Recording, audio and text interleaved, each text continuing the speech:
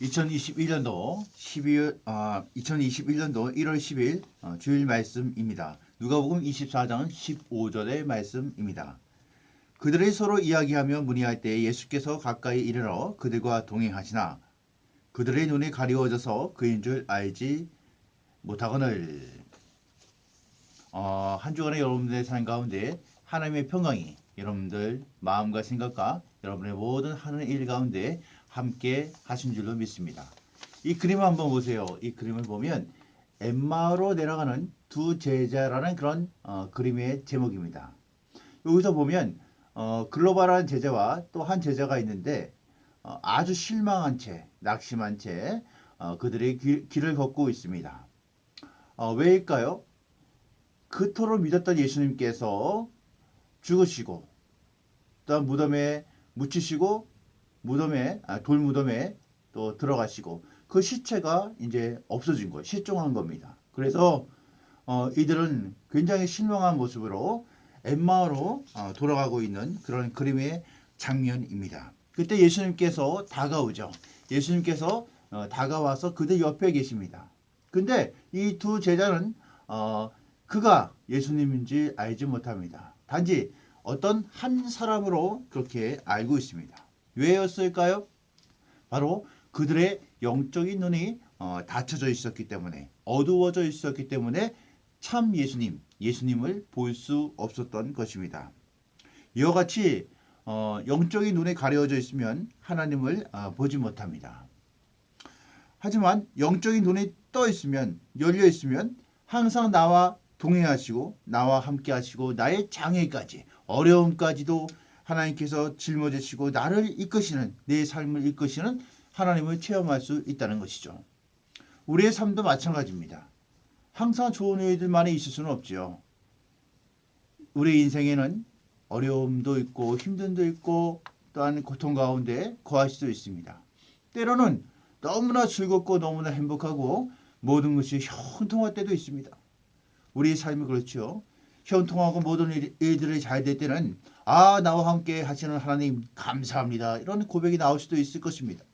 하지만 어렵고 힘들고 남도 알아주지 않고 좌절하고 실망할 때, 특별히 요즘에 코로나19 때문에 이 어려운 시국에 있을 때, 누구 하나 내 옆에 있을 것 같지 않은 그때에 바로 그때에도 하나님은 내 곁에 계신다는 것입니다.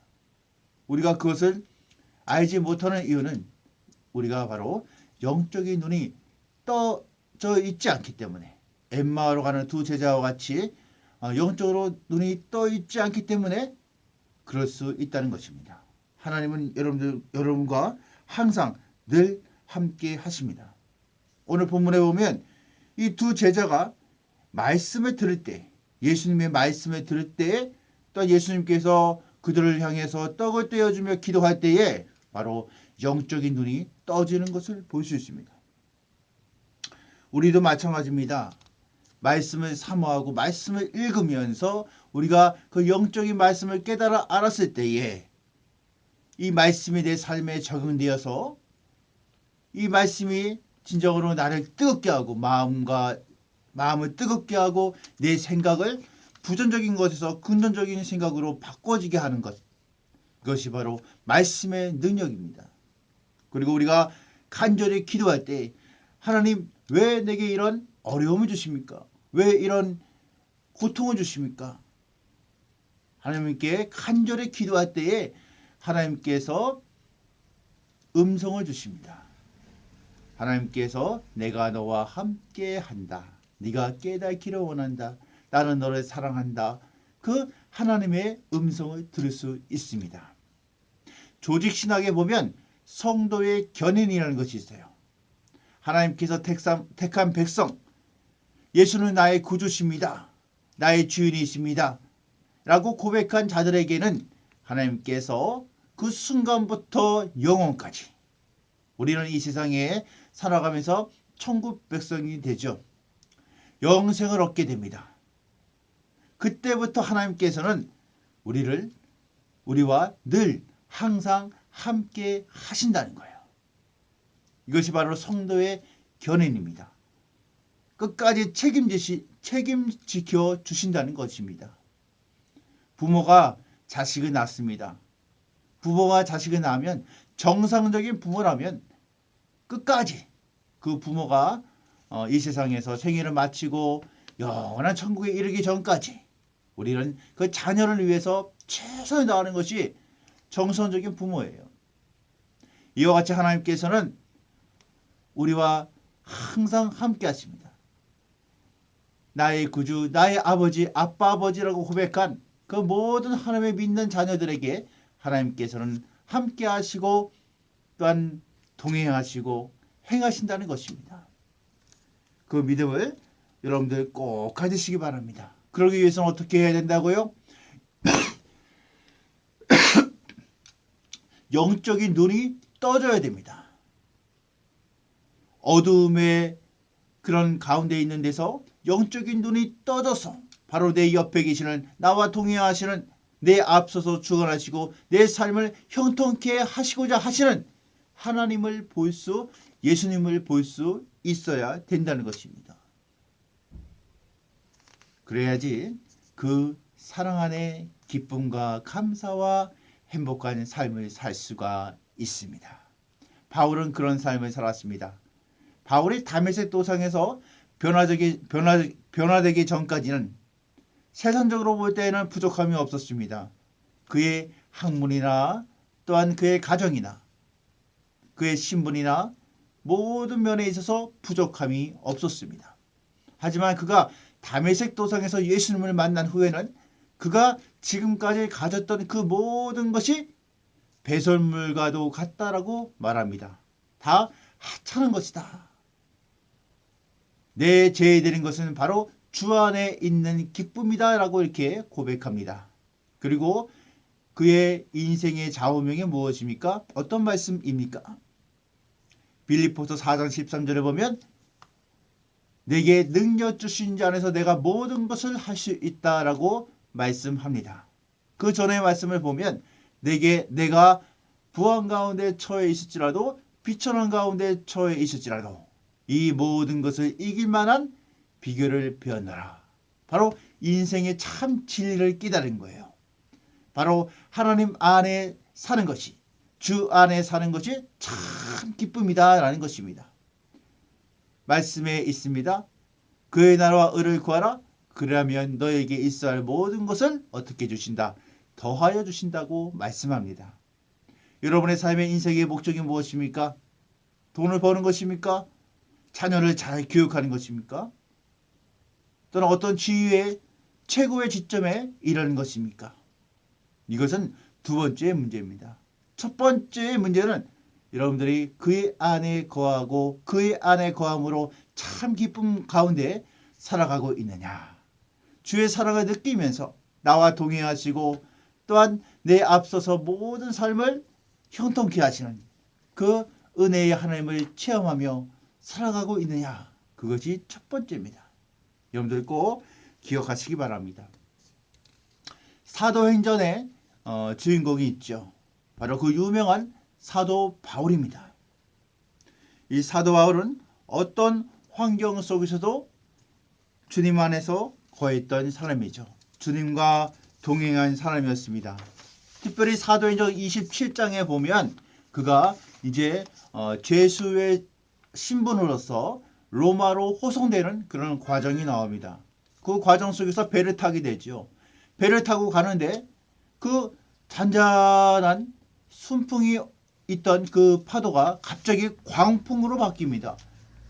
엄청난 파도와 바람이 불고 해와 달이 그치고 구름으로 가득한 그런 바다가 되는 것이죠. 그 가운데 많은 사람들은 막 혼란에 빠집니다. 어찌할 바를 모릅니다. 그때 바울은 어떻게 행동을 했을까요? 어떻게 처신을 했을까요? 바로 바울은 하나님께 기도했다는 것이죠. 하나님, 이 환경을 주신 하나님의 뜻을 제게 알려주옵소서. 하나님의 음성을 듣고자 합니다. 라고 이렇게 하나님께 무릎을 꿇었다는 것입니다. 아까도 말씀드렸듯이 누구에게나 어려움은 닥쳐옵니다. 그때 여러분들은 어떻게 해야 됩니까? 바울의 이 처신을 우리는 배워야 됩니다. 바울의 이거 외에도 많은 고통과 어려움과 힘든 가운데 그 전도 여행을 계속했습니다. 그때마다 그는 무엇을 했느냐? 바로 하나님께 무릎 꿇고 간절히 기도했다는 것이죠. 하나님의 음성이 들리기까지 기도했다는 것입니다. 바로 이 기도했을 때 하나님께서 바울에게 응답을 주십니다.